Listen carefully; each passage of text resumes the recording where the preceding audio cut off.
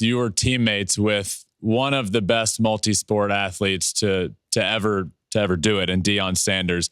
How would you describe, Tom? How would you describe Deion Sanders, the baseball player? Very raw. I think that's the thing with Dion as a baseball player that I'm curious about. Is had he dedicated more time to that, how good could he have been? Um, you know, Football, he was obviously extremely gifted. Probably didn't have to work as hard at football as he did at baseball. And I think that's an important aspect of it all. In baseball, I think like I said, he was raw. He had a ton of talent. There was not many more things more fun than watching him hit a ball in the gap and go from home plate to third base. It was scary sometimes. I can promise you that if we were on base ahead of him and he hit a ball in the gap, that it was like, oh my God, he's going to catch me by the time we both get to third base. So it was a little intimidating, but he was fun to watch. It's funny. I think that obviously he's very much in the news right now with everything he's doing at Colorado and that program. And I've read a lot of stories about him. And I think a lot of guys have the same perception of him that I did as a teammate. He was a good teammate. He really was. And there was, I've said to people, when we signed Dion, I think like a lot of guys who I've read articles that have been written about Dion lately is, we all had the same question, like, oh my God, what's this guy going to be like? And he was a great teammate. But I think Dion was really at the forefront of the whole marketing thing. When you were in the clubhouse and there was nobody around, he was Dion. But the minute a camera was on him or he was outside somewhere, it was prime time. And he knew how to flip that switch, and he was really, really good at it. But he was a ton of fun to be around.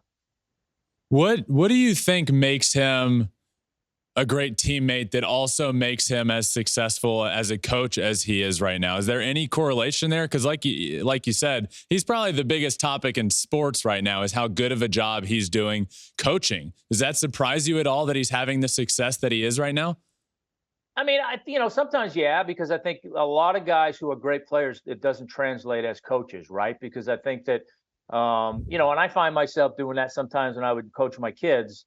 You try to teach them something, you try to tell them something, and they can't get it, and sometimes you get frustrated because of your ability to get things or your ability to be successful. Like, why can't you get this, right?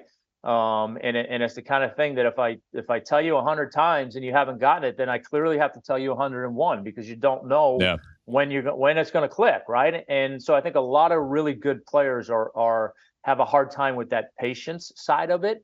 But I think with Dion, look, Dion's a very faithful guy, right? He makes no mistake about his faith in God, and I think that's what drives him, and it gives him there's a peace about him when you're around him, but I think too, when you listen to him talk, and I think this is true, and it might be easier for Dion because of the success that he's had over his career, but he really doesn't care what people think about him. He does his thing. He does his thing the way he thinks it needs to be done, and that's all he cares about. And again, I think having been around him and knowing what a positive person he is, and also having that football side of things to where it's all about getting guys amped up and getting guys ready to play and go out there on Saturday afternoon. I think those are all things that he was always really good at. And I think you're seeing it now. He's got a tremendous ability, I think, for a couple of things. Number one, he's a calming influence on those kids that are playing for him, and he's given them a ton of direction. And he's a very patient guy, right? And he just wants what's best for those guys and tries to put them in situations where they can go out there and succeed, and they believe in him. And when you have the ability to make guys believe in you, I think it certainly puts you in a position where you can achieve some great things.